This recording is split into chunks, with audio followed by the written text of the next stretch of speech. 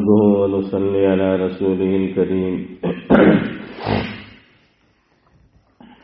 اما بعد بسم اللہ الرحمن الرحیم۔ حضرت ام سلیم رضی اللہ عنہ کا لڑکے کے مرنے پر عمل۔ حضرت ام سلیم رضی اللہ عنہ حضرت انس رضی اللہ عنہ کی والدہ تھیں، جو اپنے پہلے شوہر یعنی حضرت انس رضی اللہ تعالی عنہ کے والد کی وفات کے بعد بیوہ ہو گئی تھی، اور حضرت انس رضی اللہ عنہ کی پرورش کے خیال سے کچھ دنوں تک نکاح نہیں کیا تھا۔ اس کے بعد حضرت ابو طلحہ رضی اللہ عنہ سے نکاح کیا، جن سے ایک صاحبزادے ابو عمیر رضی اللہ عنہ پیدا ہوئے، جن سے حضور اکرم صلی اللہ علیہ وسلم جب ان کے گھر تشریف لے جاتے تو ہنسی بھی فرمایا کرتے تھے۔ اتفاق سے حضرت ابو عمیر رضی اللہ عنہ کا انتقال ہو گیا۔ حضرت ام سلیم رضی اللہ عنہا نے ان کو نہلایا، کفن پہنایا اور ایک چارپائی پر لٹا دیا۔ حضرت ابو طلحہ رضی اللہ عنہ کا روزہ تھا۔ حضرت ام سلیم رضی اللہ عنہا نے ان کے لیے کھانا وغیرہ تیار کیا اور خود اپنے آپ کو بھی آراستہ کیا، خوشبو لگائی۔ رات کو شوہر آئے، کھانا بھی کھایا، بچے کا حال پوچھا تو انہوں نے کہہ دیا کہ اب تو سکون معلوم ہوتا ہے، بالکل اچھا ہو گیا۔ وہ بے فکر ہو گئے۔ رات کو شوہر نے صحبت بھی کی۔ صبح کو جب وہ اٹھے تو کہنے لگیں کہ ایک بات دریافت کرنا تھی۔ اگر کوئی شخص کسی کو مانگی چیز دے دے پھر وہ اسے واپس لینے لگے تو واپس کر دینا چاہیے یا اسے روک لے واپس نہ کرے؟ وہ کہنے لگے کہ ضرور واپس کر دینا چاہیے، روکنے کا کیا حق ہے؟ مانگی چیز کا تو واپس کرنا ہی ضروری ہے۔ یہ سن کر حضرت ام سلیم رضی اللہ عنہا نے کہا کہ تمہارا لڑکا جو اللہ تعالیٰ کی امانت تھا وہ اللہ تعالیٰ نے لے لیا۔ حضرت ابو طلحہ رضی اللہ عنہ کو اس پر رنج ہوا اور کہنے لگے کہ تم نے مجھ کو خبر بھی نہ دی۔ صبح کو حضور اکرم صلی اللہ علیہ وسلم کی خدمت میں حضرت ابو طلحہ رضی اللہ عنہ نے سارے قصے کو عرض کیا۔ حضور اکرم صلی اللہ علیہ وسلم نے دعا دی اور فرمایا کہ شاید اللہ جل شانہ اس رات میں برکت عطا فرماوے۔ ایک انصاری کہتے ہیں کہ میں نے آقا کی دعا کی برکت دیکھی کہ اس رات کے حمل سے عبداللہ بن ابی طلحہ پیدا ہوئے، جن کے 9 بچے ہوئے اور سب نے قرآن پاک پڑھا۔ فائدہ: بڑے صبر اور ہمت کی بات ہے کہ اپنا بچہ مر جائے اور اس طرح اس کو برداشت کرے کہ شوہر کو بھی محسوس نہ ہونے دے۔ چونکہ شوہر کا روزہ تھا اس لیے خیال ہوا کہ خبر ہونے پر کھانا بھی مشکل ہوگا۔ حضرت ام حبیبہ رضی اللہ عنہا کا اپنے والد کو بستر پر نہ بٹھانا۔ ام المومنین حضرت ام حبیبہ رضی اللہ عنہا آقا سے پہلے عبید اللہ بن جہش کے نکاح میں تھیں۔ دونوں میاں بیوی ساتھ ہی مسلمان ہوئے، حبشہ کی ہجرت بھی اکٹھے ہی کی۔ وہاں جا کر شوہر دین سے پھر گیا اور اسی حالت ارتداد میں انتقال کیا۔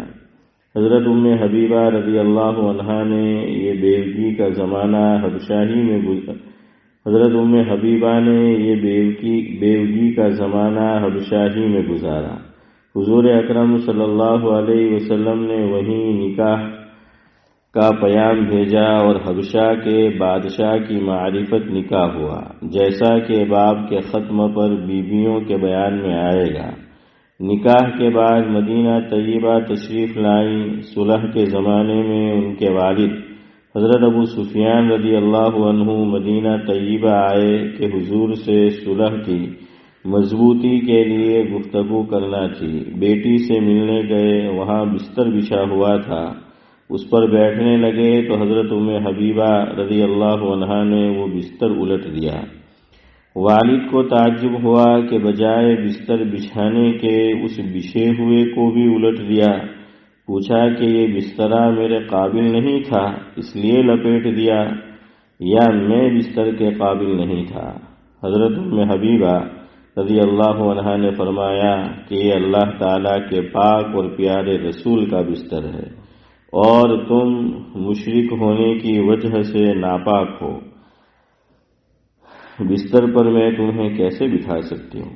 والد کو اس بات سے بہت رنج ہوا اور کہا کہ تم مجھ سے جدا ہونے کے بعد بری عادتوں میں مبتلا ہو گئی۔ مگر حضرت ام حبیبہ رضی اللہ عنہا کے دل میں آقا کی جو عظمت تھی اس کے لحاظ سے وہ کب اس کو گوارا کر سکتی تھیں کہ کوئی ناپاک مشرک والد ہو یا غیر ہو آقا کے بستر پر بیٹھ سکے۔ ایک مرتبہ حضور اکرم صلی اللہ علیہ وسلم سے چاشت کی 12 رکعتوں کی فضیلت سنی تو ہمیشہ پابندی سے نبھا دیا۔ ان کے والد بھی، جن کا قصہ ابھی گزرا ہے، بعد میں مسلمان ہو گئے تھے۔ جب ان کا انتقال ہوا تو تیسرے دن خوشبو منگائی اور اس کو استعمال کیا اور فرمایا کہ مجھے نہ خوشبو کی ضرورت نہ رغبت، مگر میں نے حضور اکرم صلی اللہ علیہ وسلم کو یہ فرماتے ہوئے سنا کہ عورت کو جائز نہیں کہ شوہر کے علاوہ کسی پر 3 دن سے زیادہ سوگ کرے۔ ہاں، شوہر کے لیے 4 مہینہ 10 دن ہے، اس لیے خوشبو استعمال کرتی ہوں کہ سوگ نہ سمجھا جائے۔ جب خود اپنے انتقال کا وقت ہوا تو حضرت عائشہ رضی اللہ عنہا کو بلایا اور ان سے کہا کہ میرا تمہارا معاملہ سوکن کا تھا اور سوکنوں میں آپس میں کسی نہ کسی بات پر تھوڑی بہت رنجش ہو ہی جاتی ہے، اللہ تعالیٰ مجھے بھی معاف فرمائے اور تمہیں بھی۔ حضرت عائشہ رضی اللہ عنہا نے فرمایا اللہ تعالیٰ تمہیں سب معاف کرے اور درگزر فرمائے۔ یہ سن کر کہنے لگیں کہ تم نے مجھے اس وقت بہت ہی خوشی پہنچائی، اللہ تعالیٰ تمہیں بھی خوش و خرم رکھے۔ اس کے بعد اسی طرح حضرت ام سلمہ رضی اللہ عنہا کے پاس بھی آدمی بھیجا۔ فائدہ: سوکنوں کے جو تعلقات آپس میں ہوتے ہیں وہ ایک دوسرے کی صورت بھی دیکھنا نہیں چاہا کرتی، مگر ان کو یہ اہتمام تھا کہ دنیا کا جو معاملہ ہو وہ یہیں نمٹ جائے، آخرت کا بوجھ سر پر نہ رہے، اور حضور اکرم صلی اللہ علیہ وسلم کی محبت اور عظمت کا اندازہ تو اس بسترے کے معاملے سے ہو ہی گیا۔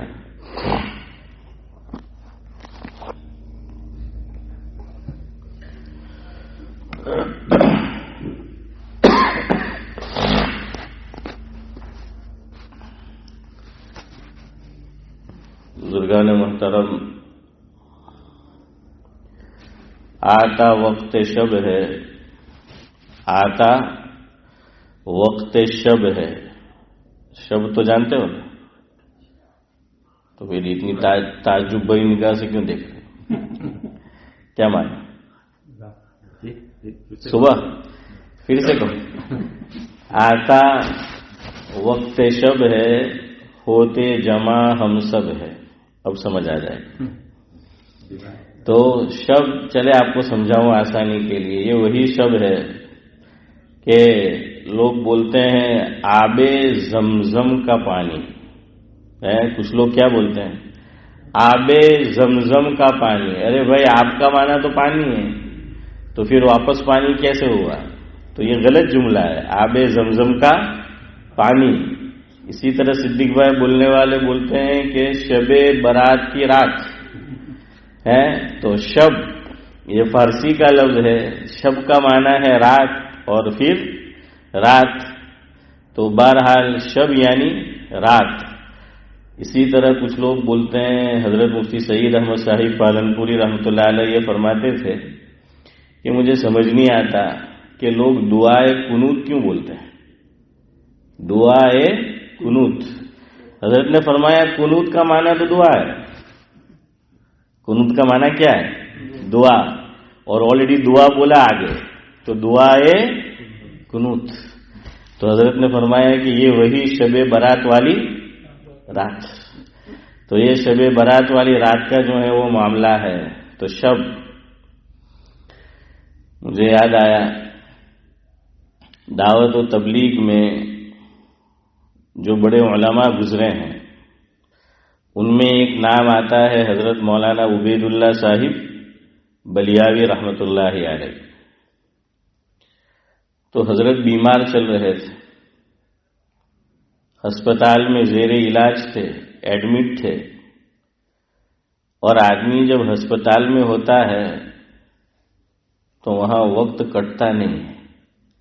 دن میں تو چلو گھر والے بھی آتے ہیں، دوست احباب ملنے آتے ہیں، تو جیسے تیسے کر کے ذاکر بھائی دن تو گزر جاتا ہے، لیکن رات نہیں گزرتی ہے. اللہ اکبر. میں حافظ صالح گجیا اور دوسرے 2-3 آدمی تھے. امیر صاحب مرحوم ہمارے حسین صاحب رحمۃ اللہ علیہ، اللہ مرحوم کو غریق رحمت کرے. تو وہ جو جماعت میں گئے تھے اور بیمار ہو گئے اور پھر ہومرٹن میں ان کو ایڈمٹ کیا تھا تو ہم ملنے گئے. رات کو ہی گئے تھے ہم لوگ بھی. تو مرحوم نے فرمایا جس کا مفہوم یہ ہے کہ امام صاحب دن تو کٹ جاتا ہے جیسے تیسے کر کے، لیکن رات کٹتی ہی نہیں ہے. فرمایا سوتا ہوں، نیند آتی ہے نہیں آتی ہے، گھڑی اٹھا کر دیکھتا ہوں تو ابھی 1 ہی بج رہا ہوتا ہے، کبھی 2 بج رہا ہوتا ہے. تو میں سوچتا ہوں کہ یہ رات کب کٹے گی، کہ وقت کٹتا ہی نہیں ہے. یہ مرحوم نے فرمایا. تو اسی طرح کی بات حضرت مولانا عبید اللہ صاحب بلیاوی رحمۃ اللہ علیہ نے جو ہے ہمارے ایک بزرگ پہنچے، ان کی عیادت کو پوچھا کہ طبیعت کیسی ہے. تو حضرت نے فرمایا جواب میں کہ پہلے سے بہتر ہے، ہسپتال میں بستر پر پڑا ہوں، دن تو کٹ جاتا ہے، شب نہیں کٹتی ہے. کیا فرمایا؟ دن تو یہی شب کا جملہ استعمال فرمایا کہ دن تو کٹ جاتا ہے، شب نہیں کٹتی ہے. تو بزرگ نے ان کو اس پہ شعر سنایا کہ کسی کی شب وصل ہنستے کٹے ہیں، کسی کی شب وصل ہنستے کٹے ہیں، کسی کی شب فصل روتے کٹے ہیں. وصل یعنی ملاپ، ملنا، بیٹا آ رہا ہو، بیٹی آ رہی ہو، کل جو ہے وہ آنے والا ہو، تو آج کی رات کیسے کٹتی ہے؟ ہنستے ہنستے کٹتی ہے نا. تو کسی کی شب وصل ہنستے کٹے ہیں، کسی کی شب فصل روتے کٹے ہیں. کہ اسی طرح کی جو ہے کوئی مصیبت آدمی پہ آ جائے تو رات کیا ہے؟ روتے روتے کٹتی ہے. تو حضرت نے جو بات کہی تھی مولانا عبید اللہ صاحب بلیاوی رحمۃ اللہ علیہ نے، تو وہ بات اگلے مصرے میں انہوں نے گویا کہ ان کو بتایا کہ کسی کی شب وصل ہنستے کٹے ہیں، کسی کی شب فصل روتے کٹے ہیں. ہماری شب کیسی شب ہے یا رب، ہماری شب کیسی شب ہے یا رب، نہ ہنستے کٹے ہیں نہ روتے کٹے ہیں.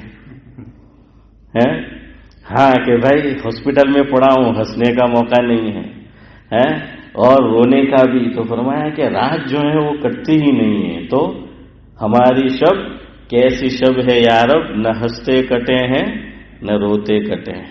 یہاں دیکھیے حضرت نے اپنا حال بتایا کہ طبیعت اچھی نہیں ہے. یہاں ایک مسئلہ سمجھو، بعض لوگ اس کو رضا بالقضاء کے منافی سمجھتے ہیں، صبر کے منافی سمجھتے ہیں کہ بھائی اپنا حال بتا دیا، کسی نے پوچھا کیسا ہے، تو آدمی یا تو مالی اعتبار سے کمزور ہوتا ہے یا جانی اعتبار سے، صحت کے اعتبار سے کمزور ہوتا ہے. اب مالی اعتبار سے کمزور ہے اور اس نے کہا کہ جیب میں ہاتھ ڈالتا ہوں تو دوڑے نکلتے ہیں، پیسے بس تھوڑے نکلتے ہیں. جیب میں ہاتھ ڈالوں تو ڈوڑے نکلتے ہیں. اب سامنے والا جو ہے اس کے بھی ڈوڑے اوپر ہو جاتے ہیں کہ نہ کیا مانگے اپنا پاس ہے. اب آگے جو ہے صدیق بھائی چھیڑنے کا ہی نہیں, پوچھنے کا ہی نہیں کہ بھائی اب کیا ہے, ورنہ کہیں یہ مانگ نہ لیتے کہ ہاں یار چل اللہ رحم کرم نہ معاملوں کا بہت اتاور مانگوں એમ કે હું તારે પછી મળ્યો એમ કે ચાલ આપણે પછી મળ્યા. اتنا جلدی محسن بھائی بھاگے گا وہ دکھے گا نہیں. تو بہرحال کسی نے بتا دیا اپنا حال کہ پیسے نہیں ہے, کڑکی چل رہی ہے, تو کوئی حرج نہیں.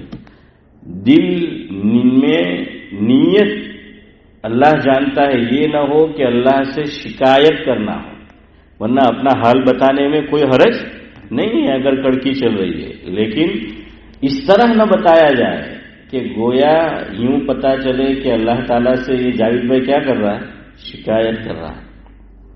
اسی طرح بیمار ہے, کسی نے آ کر حال پوچھا کہ کیسے ہو, اور سعد اللہ صاحب بتا دیا میں نے اور آپ نے کہ اس طرح حالت ہے, تو کوئی حرج نہیں, یہ صبر کے منافی نہیں ہے. ہاں, شکایت نہیں ہونی چاہیے.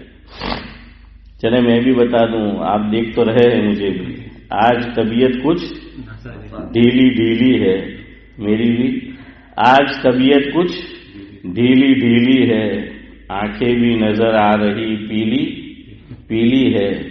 دوائی پینے کا مشورہ نہ دینا, دوائی پینے کا مشورہ نہ دینا, وہ میں نے 7 بجے ہی پی لی ہے. تو خیر بہرحال کل چھٹی رکھیں گے. میں نے کہا چلو آج کر لیتے, جمعہ بھی مجھے واپس پڑھانا ہے, تو میں نے کہا آج ناگانا ہو جائے. تو اپنا حال بتانا صبر کے منافی نہیں ہے. خود حضرت نبی کریم صلی اللہ علیہ وسلم کے تعلق سے بخاری شریف کی روایت ہے جس میں آتا ہے کہ حضور اکرم صلی اللہ علیہ وسلم نے, ادھر دیکھو, سر جب درد کرتا ہے بعض مرتبہ معمولی درد ہوتا ہے اور بعض مرتبہ بہت سخت درد ہوتا ہے. اور سنا بڑے بوڑھوں سے کہ اگر آدھے سر کا درد ہو تو بہت خطرناک ہوتا ہے. پورے سر میں ہو تو سعد اللہ صاحب اتنا درد نہیں کرتا, لیکن آدھا, جو بھی چیز آدھی ہوتی ہے نا, بس سمجھ جاؤ اس میں ایسا ہی, نیم حکیم خطرے جان, نیم ملا, یہ آپ کہہ رہے. تو بہرحال جو ہے ویسی بات ہے کہ جو بھی ادھورا ہو اس میں یہی مسئلہ ہے. نے گجراتی میں کہ جاگی بھائی ادھورو, ہاں نے ادھورو چونوں بھی ٹھیکری میں کودے وزارے. تو بہرحال آپ صلی اللہ علیہ وسلم کو درد تھا, اور آپ نے دیکھا ہوگا بڑے بوڑھے کرتے تھے, آج بھی کرتے ہیں, کہ کس کے اوڑھنی باندھ دیتے ہیں یا رومال پیشانی کے اوپر سے وہ پیچھے جو ہے وہ پورا. تو حضرت نبی کریم صلی اللہ علیہ وسلم نے بھی روایت میں آتا ہے کہ اس طرح ایک کپڑا کس کر جو ہے وہ باندھ دیا کہ سر مبارک جو ہے وہ درد کرتا تھا. دیکھیں حضور اکرم صلی اللہ علیہ وسلم کو ثواب, امتی کو کوئی مصیبت پہنچے, بیماری پہنچے, اس پہ وہ صبر کرے, جتنا ملتا ہے حضور کو زیادہ ملتا تھا. تو اسی طرح حضور کو جب بخار بھی آتا تھا تو میرے اور آپ سے ڈبل آتا تھا. ایک صحابی نے ہاتھ لگایا ایک مرتبہ مسعود بھائی حضور اکرم صلی اللہ علیہ وسلم کو, تو دیکھا کہ بہت زیادہ گرم ہے. فرمایا کہ حضرت آپ کو بخار ہے اور اتنا زیادہ؟ تو حضرت نے جواب میں فرمایا بالکل, مجھے تمہارے مقابلے میں ڈبل بخار آتا ہے. تو خیر بہرحال حضور اکرم صلی اللہ علیہ وسلم کا سر مبارک درد کر رہا تھا, تو بخاری شریف میں ہے حضور نے زور سے آواز دے کر فرمایا وارأسا. کیا فرمایا؟ وارأسا. اس کا اردو میں سعد اللہ صاحب ترجمہ ہوگا ہائے میرا سر. کیا ترجمہ ہوگا؟ کہ ہائے میرا سر. تو زور سے آدمی بولے گا اس طرح سے تو دوسرے سنیں گے نا, تو یہ کیا ہوا؟ بیماری کا اظہار ہوا نا کہ بھائی میرا سر کیا کر رہا ہے, درد جو ہے وہ کر رہا ہے. اس لیے یاد رکھو کہ بیماری کا حال بتانا یہ صبر کے منافی نہیں ہے. حضرت عمر رضی اللہ تعالیٰ عنہ فرماتے تھے, جس کا مفہوم یہ ہے, حضرت بھی بیمار ہوتے تھے تو بتاتے تھے دوسروں کو، اور فرماتے تھے کہ میں دوسرے کو بتا کر اپنے نفس کو یہ بتاتا ہوں کہ اپنے نفس کو، حضرت عمر رضی اللہ تعالیٰ عنہ اپنے نفس کو یہ کہتا ہوں کہ دیکھ تو کتنا کمزور ہے کہ اتنی بیماری پہ بھی تو صبر نہیں کر سکتا، تجھ سے برداشت نہیں ہوتی، اور لوگوں کو اس لیے بتاتا ہوں تاکہ نفس کو یہ بتاؤں کہ تو اللہ کا محتاج ہے۔ تو اللہ تعالیٰ کا کیا ہے صدیق بھائی؟ محتاج ہے۔ تو بہرحال یہ تو ویسے ہی بات آ گئی تو آپ کو بتا دیا۔ آتا وقت شب ہے، ہوتے جمع ہم سب ہے، سنتے دین کی باتیں ہیں، بعد اس کے گھر جاتے ہیں۔ سنتے دین کی باتیں ہیں، بعد اس کے گھر جاتے ہیں۔ یہ دین سے محبت کی دلیل ہے، یہ دین سے محبت کی دلیل ہے، ہوتا اس سے خوش رب جلیل ہے۔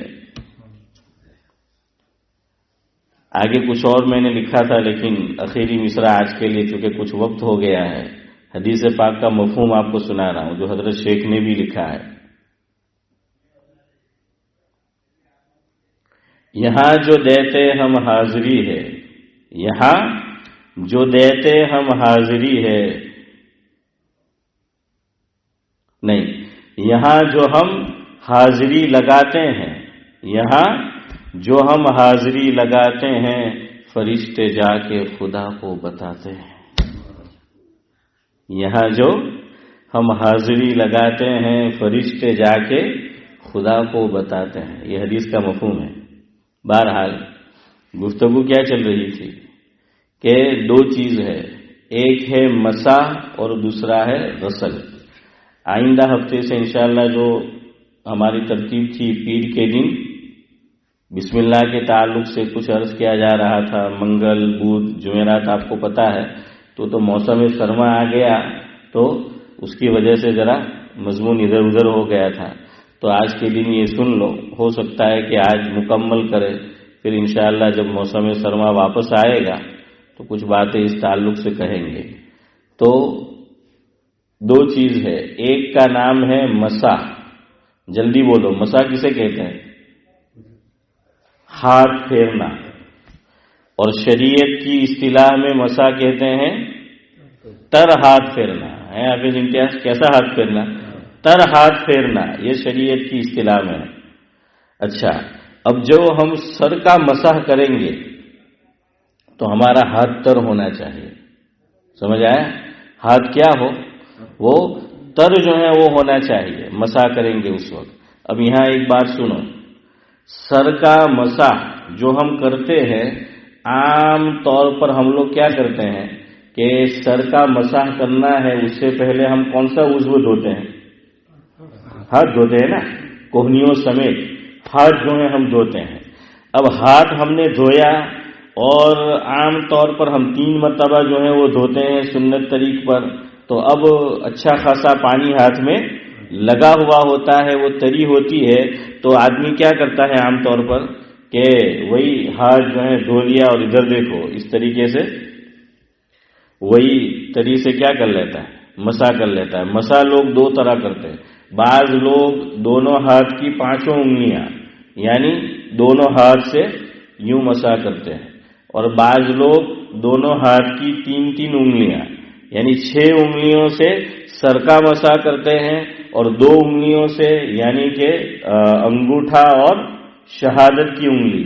تو شہادت کی انگلی کہاں داخل کرتے ہیں؟ کان کے سوراخ میں داخل کرتے ہیں، اور انگوٹھا اس کے پیچھے، تو اس سے جو ہے وہ مسح کرتے ہیں۔ یہ بھی جائز ہے، اور عام طور پر لوگ اسی طرح کرتے ہیں، لیکن فقہا نے یہ لکھا جس کا مفہوم یہ ہے کہ زیادہ بہتر یہ ہے کہ سر کے مسح کے لیے نیا پانی لیا جائے۔ میں بہتر کی بات کر رہا ہوں، جائز تو وہ بھی ہے، تاکہ کوئی شک و شبہ نہ رہے کہ پتہ نہیں کہ کسی وجہ سے کچھ تاخیر ہو گئی، دیر ہو گئی، اور ہاتھ ہمارا تر نہیں ہے، گیلا نہیں ہے، بھیگا ہوا محسن بھائی نہیں، اور سر کا مسح کر لیا تو مسح تو نہیں ہوگا۔ اگر صدیق بھائی ہاتھ کیا ہے؟ خشک ہے تو مسا نہیں ہوگا، مسا نہیں ہوگا تو مسا فرض ہے، جب مسا نہیں ہوا تو وضو نہیں ہوا، اور وضو نہیں ہوا تو نماز جو ہے وہ نہیں ہوئی۔ اس لیے لکھا کہ بہتر کیا ہے، نیا پانی جو ہے وہ لیا جائے، لیکن یہ آپ کو اگلا جو وضو فجر کا کریں گے یاد نہیں آئے گا، کیونکہ برسوں سے عادت پڑی ہے۔ ابھی تو آپ اندر اندر دل میں نیت کرتے ہوں گے کہ چلو مولوی صاحب سے آج سنا تو انشاءاللہ اب اگلے نماز سے اور اگلے وضو سے کیا کریں گے، نیا پانی لیں گے، لیکن وہ پرانا پانی جو دماغ پہ چڑھا ہے اترے گا تو نیا پانی جو ہے وہ یاد آئے گا۔ بہرحال تو یہ ہے مسح۔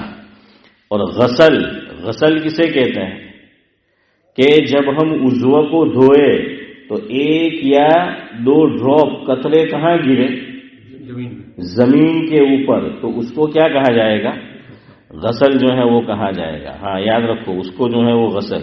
اور میں نے آپ کو بتایا کہ سین چھوٹا ہو تو وہاں وضو کر لو اور ایک ایک مرتبہ پر اکتفا کرو، لیکن وہاں بعض لوگ کیا کرتے ہیں، وہ مسح کر لیتے ہیں کہ بھئی پانی نہیں گرے تو ہاتھ تر کیا اور یوں گھما دیا تو وضو نہیں ہوگا۔ کیوں؟ پاؤں کو اگر موزے نہیں پہنے ہیں، دونوں ہاتھ کوہنیوں سمیت، اور چہرے کو وضو کے اندر کیا کرنا ہے، دھونا ہے۔ اور دونوں میں فرق میں نے آپ کو بتا دیا کہ مسح الگ ہے اور دھونا الگ ہے۔ سمجھ آ گیا؟ تو اس لیے وہ کریم مت چوپڑنا، پانی کو کریم سمجھ کر، اور اس طریقے سے کیا ہے، رب مت کر دینا، ورنہ رب اس کو قبول نہیں کرے گا۔ تو وہاں کیا کرنا ہے، ایک یا دو ڈراپ قطرے جب ہم دھوئے تو وہ ٹپکنے چاہیے۔ دوسرا یاد رکھو کہ جہاں جہاں ہم مسح کریں گے وہاں صرف ایک مرتبہ کرنا ہے۔ جیسے وضو کے اندر ہم 3 مرتبہ وضو کو دھوتے ہیں تو وہ سنت ہے، لیکن یہاں مسح کے اندر 3 مرتبہ نہیں ہے بلکہ ایک ہی مرتبہ ہے۔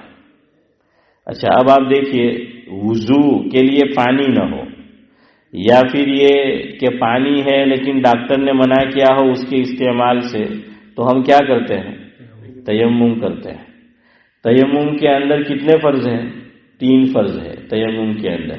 وضو میں نیت سنت ہے ہمارے یہاں، سعد اللہ صاحب کے یہاں فرض ہے، امام شافعی رحمۃ اللہ علیہ کے یہاں وضو میں نیت فرض ہے، ہمارے یہاں سنت ہے، لیکن تیمم میں ہمارے یہاں نیت فرض ہے۔ کیوں؟ اس لیے کہ پانی جو ہے، ایک وجہ کہ پانی، اس سے جب ہم وضو کریں گے تو نیت کیوں جو ہے وہ ضروری نہیں ہے۔ اللہ تعالیٰ نے قرآن کریم میں فرمایا کہ وَجَعَلْنَا مِنَ السَّمَاءِ مَاءً طَهُورًا، مفہوم یہ ہے کہ پانی کو ہم نے بنایا ہی پاکی کے لیے ہے۔ پانی سے کیا حاصل ہوتی ہے، پاکی۔ تو آپ نیت کرو کہ نہ کرو، پانی اپنا کام کرے گا، ہے نا؟ نیت کرو کہ نہ کرو، پانی اپنا کام کرے گا۔ اور اللہ تعالیٰ نے بنایا ہی جو ہے وہ پانی کو اس لیے ہے تاکہ وہ پاک کرے، ہم پاکی حاصل کریں۔ اور تیمم جو ہم کرتے ہیں تو ذاکر بھائی کس سے کرتے ہیں، یا تو ڈسٹ، کہ ڈسٹ ہو، کیا بولیں گے اردو میں، دھول، کہ دھول ہو، دھوڑ ہو، ڈسٹ، یا پھر مٹی ہو، یا جو چیز مٹی کی جنس سے بنی ہو، کہ وہ مٹی نہیں ہے لیکن کس سے بنی ہے، مٹی سے۔ مثال لے لو، اینٹ سے، اینٹ پہ تیمم جائز ہے، تو یہ مٹی نہیں ہے پوری، لیکن کس سے بنی ہے، مٹی سے بنی ہے، وہ مٹی کی جنس سے ہے، اس لیے اس کے اوپر تیمم کیا ہو جائے گا، وہ جائز ہوگا۔ یا پھر یہ کہ ڈسٹ ہو، گھر کے اندر جاوید بھائی، پرانے زمانے میں گاؤں کے اندر خاص طور سے گھر میں جاڑا بہو ہوتا، نہ આજના જમાનામાં ઘરમાં જાળા બહુ પહેલા સિદ્દીકભાઈ ઘરમાં જાળા બહુ ને હવે સાહેબ ઘરમાં જાળા બહુ। તો બહરહાલ اللہ ہماری حفاظت فرمائے. دیکھیے حضور نے بھی اس کو پسند نہیں کیا. ایک صاحب آئے جن کی طبیعت جو ہے بہت زیادہ تھی، تو کتابوں میں لکھا ہے کہ حضور نے یوں انگلی یا تو اشارہ کیا پیٹ کی طرف، یا یہ کہ یوں ان کو، دونوں روایت ہے کہ ہاتھ لگایا اس طریقے سے اور کہا کہ اس کو ذرا کیا کرو، کم کرو. ہاں اس کو جو ہے وہ کم کرو. اور آپ جانتے ہیں ڈاکٹر حضرات بھی اور میڈیکل سائنس بھی کیا کہتی ہے، یہ دو چیزیں یاد رکھو، بوڑھاپا اور موٹاپا. جاوید بھائی، بوڑھاپا اور موٹاپا یہ بیماریوں کا گھر، یہ دونوں چیز. اور بقول حضرت تھانوی رحمۃ اللہ علیہ کے کہ اگر آدمی موٹا ہے تو پیٹ کیا ہوتا ہے، باہر جو ہے نکلا ہے. فرمایا کہ ایسے ہی دو موٹے مل جائے تو شریعت میں ایک سلام ہے، دوسرے کا نام مصافحہ ہے اور تیسرے کا نام معانقہ ہے. صدیق بھائی کہ اس میں کیا ہے، گردن سے گردن جو ہے وہ ملتی ہے، آپ کہہ لیجئے کندھے سے کندھا ملتا ہے، سینے سے سینہ جو ہے ملتا ہے. حضرت تھانوی فرماتے تھے کہ دو موٹے ہو تو چاہ کر بھی جو ہے معانقہ نہیں کر سکتے، وہ مباطنہ ہوتا ہے. بطن پیٹ کو کہتے ہیں کہ وہاں پھر کیا ملتے، پیٹ سے پیٹ ملتا ہے، وہاں پیٹ سے پیٹ جو ہے وہ ملتا ہے. خیر اللہ میری بھی حفاظت کرے اور آپ کی بھی، ورنہ 8-10 سال کے بعد یہ باہر نکل آیا تو تمہیں میں نے ہوسے کہ موسم تو فلاں ورس میں آؤ کہ ہاں محسن بھائی کوئی بھولے نہیں، بدہ یاد رکھے. تو خیر بہرحال کیا ہے، ایک بات اور یاد رکھو، اس میں بعض لوگ تشدد کرتے ہیں، بات نکلی ہے تو یاد رکھو. نمبر 1 معانقہ کب کرنا ہے یہ یاد رکھو. معانقہ سمجھ رہے ہیں گجراتی میں جنہیں کہ جاکر بھائی بھیٹوان ہے، ہاں گلے جو ہے وہ ملنا، تو اس کو معانقہ کہتے ہیں. معانقہ حضور اکرم صلی اللہ علیہ وسلم سے ثابت ہے. کب ثابت ہے؟ کہ جب آدمی سفر سے واپس آئے یا سفر میں جا رہا ہو تو اس وقت معانقہ کرنا ہے، ورنہ لوکل میں ہے تو معانقہ نہیں کرنا ہے. سمجھ آئے؟ ہاں یہ لوکل میں معانقہ نہیں ہے.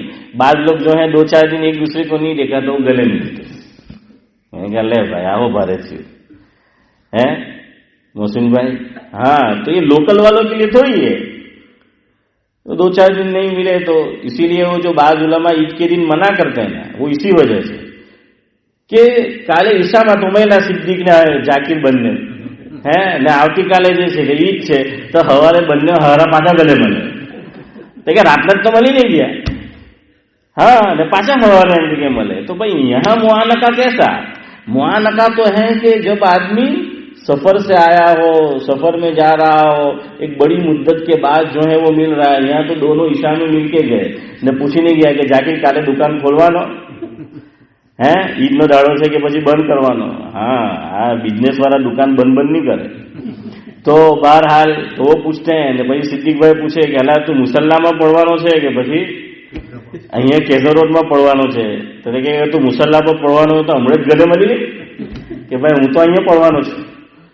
سمجھ میں آیا نا جاوید بھائی؟ تو بہرحال اس لیے علماء منع کرتے کہ بھائی اب عید کے دن یہ ملنا کیسا ہے؟ یہ تو ابھی تو ملے تھے تم کل، تو ابھی فجر میں بھی تو ملے، تو فجر میں معانقہ نہیں کیا، لیکن جیسے عید کی نماز ہوئی ہو معانقہ شروع، بھیجنا جو ہے وہ شروع. اب یہاں ایک بات سنو، حضرت تھانوی رحمۃ اللہ علیہ نے یہ مسئلہ عید کے دن بیان کیا بیان میں. اب کچھ لوگ یا تو دیر سے آئے ہوں گے اور بعض لوگ حافظ صاحب بیان میں ہوتے بھی ہے પણ એ લોકોની એક જ નસ કામ કરે. જે કરતા હોય દુનિયા આકાર પાતાળ એક થઈ જાય પણ તે કરવાના એટલે કરવાના જ એ લોકોને સમજ પડે કે એક જ નસ કામ કરે ગુજરાતીમાં કહીતે.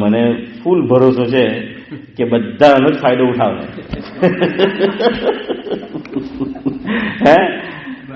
جاہد بھائی ہاں ہمارے لوگ بہت ہوشیار کہ اب اسی بات کو جو ہے وہ اٹھا لیں گے کہ وہ ملیں گے تو اشاروں میں بات ہوگی کہ مول صاحب ہم بھی دن آگے کہ تو آؤ ہے.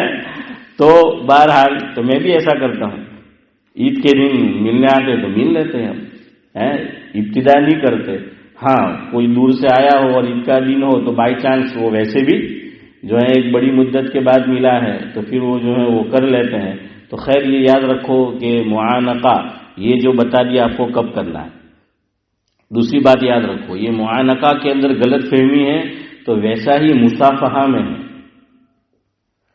مصافحہ حدیث میں یہ فرمایا کہ پہلے سلام کرو، اور حدیث میں ہے جس کا مفہوم ہے کہ مصافحہ سلام کی تکمیل ہے. تکمیل سمجھتے ہو سعد اللہ بھائی کہ وہ عمل وہاں جا کر کیا ہو جاتا ہے، پورا ہو جاتا ہے، ختم ہو جاتا ہے. اب ہمارے یہاں عجیب رواج ہے، عجب چلن ہے جاوید بھائی کہ ہم مصافحہ کو بہت امپورٹنٹ دیتے ہیں، حالانکہ زیادہ امپورٹنٹ سلام ہے، اور سلام کرتے ہی نہیں ہیں، سلام کرتے نہیں اور وہ جو ہے وہ مصافحہ کرتے ہیں. تو سلام پہلے ہے، مصافحہ بعد میں ہے. مصافحہ تو تتمہ ہے، مصافحہ تکمیلہ ہے کہ اس سے وہ عمل صدیق بھائی کیا ہوتا ہے، کمپلیٹ ہوتا ہے، پورا جو ہے وہ ہوتا ہے. تو پہلے کیا کرو، سلام جو ہے وہ کرو اور اس کے بعد آپ کو مصافحہ کرنا ہے. تو دوسری غلط فہمی کہ مصافحہ کرنے پر حدیث پاک میں ہے. اس پہ ایک لطیفہ سنو. ابھی ٹھنڈی کا زمانہ چل رہا ہے اور انڈیا کے اندر حافظ صاحب ہمارے یہاں یو پی کی ٹھنڈی بہت مشہور ہے نا، کہ جیسے ہم یہاں اس کنٹری میں بولتے ہیں کہ بھائی ٹھنڈی ایم کے بلیک برن بولٹن باٹلی ڈیوزبری تا એમ કે બહુ ઠંડી પડે ને આપણે માશાઅલ્લાહ લંડનમાં રહેલા તો જરા ઓછી એમ કે ઠંડી પડે બધી રીતે લંડનમાં સારું એમ કે કહેવાવાળા એવું કે. تو بہرحال اسی طرح حال ہے گجرات میں ٹھنڈی یوپی کے مقابلے میں کم جو ہے وہ پڑتی ہے. اب حضرت شیخ رحمۃ اللہ علیہ لحاف کمبل اوڑے ہوئے ٹھنڈی کے زمانے میں سہارنپور کے اندر بیٹھے ہوئے تھے اور ہاتھ حضرت کے اندر لحاف کے اندر. لسان التبلیغ حضرت مولانا محمد عمر صاحب پالنپوری رحمۃ اللہ علیہ کے بھائی حضرت سے ملنے آئے. ان کا نام یوسف لکھا ہے. تو وہ حضرت کو سلام کے بعد مصافحہ کے لیے ہاتھ بڑھا رہے ہیں. حضرت ہاتھ نکال ہی نہیں رہے لیکن وہ بس گویا کہ عمل بتا رہا ہے کہ مزید ہے کہ اب ہاتھ نکالو. حضرت نے جس کو بولتے ہیں کہ بات دلے ناخواستہ، اس کا کیا مطلب صدیق بھائی کہ دل نہیں چاہ رہا ہے پھر بھی کرو، یہ مطلب بات دلے ناخواستہ کا. ورنہ ہم بولتے رہتے مزاج شریف کیسے ہیں، اس کو بھی نہیں پتا کہ شریف کیا ہے نہیں مزاج کیا ہے تو بس بولتے رہتے مزاج شریف کیسا ہے، اسم شریف کیا ہے. ارے بھائی اس شریف کو تو اسم شریف ہی نہیں معلوم ہے. تو خیر بہرحال ویسا ہمارا معاملہ ہوتا ہے. تو حضرت نے بات دلے ناخواستہ جو ہے وہ ہاتھ نکالا کہ یہ تو پیچھے لے نہیں رہا ہے اور حضرت نے مصافحہ کیا. اب انہوں نے ہاتھ میں موزے نہیں پہنے تھے، مولانا عمر صاحب پالنپور رحمۃ اللہ علیہ کے بھائی نے. تو ہاتھ ان کے کیا تھے، جاہد بھائی بہت ٹھنڈے تھے کہ موزے نہیں پہنے تھے. حضرت اندر ہے. اب انہوں نے جو ہے مصافحہ کیا تو حضرت نے ان کا ہاتھ جب ہاتھ میں گیا تو فرمایا کہ بھائی یوسف تیری مغفرت ہو کہ نہ ہو میری مغفرت ہو گئی تیری مغفرت ہوئی ہو کہ نہ ہوئی ہو نہیں معلوم لیکن میری مغفرت ہو گئی. اشارہ کدھر تھا، اشارہ یہ تھا کہ حضور نے فرمایا جس کا مفہوم یہ ہے جب بھی مصافحہ کرو تو یہ دعا پڑھو یغفر اللہ لنا ولکم. تو یہ تو ہم پڑھتے ہی نہیں. اور مفتی سید احمد صاحب پالنپوری رحمۃ اللہ علیہ نے فرمایا مفہوم یہ کتابوں میں بھی ان کی تحریر شدہ ہے کہ دعا نہیں پڑھو گے تو مغفرت نہیں ہوگی، وہ پڑھنی پڑے گی. خالی مصافحہ کرنے پر یہ فضیلت نہیں ہے، فضیلت ہے مصافحہ بھی کرو اور دعا بھی جو ہے وہ پڑھو. یہ دونوں کام جو ہے وہ کرو تب جا کر. اس لیے یاد رکھو میں بھی دیکھتا ہوں بہت کم لوگ دعا پڑھتے ہیں اور دعا آسان ہے. کیا پڑھنا ہے، یغفر اللہ لنا ولکم. اس کا مطلب یہ ہے کہ اللہ تیری بھی مغفرت کرے اور میری بھی جو ہے وہ مغفرت کرے. بہرحال تو یہ میں نے آپ کو بتا دیا.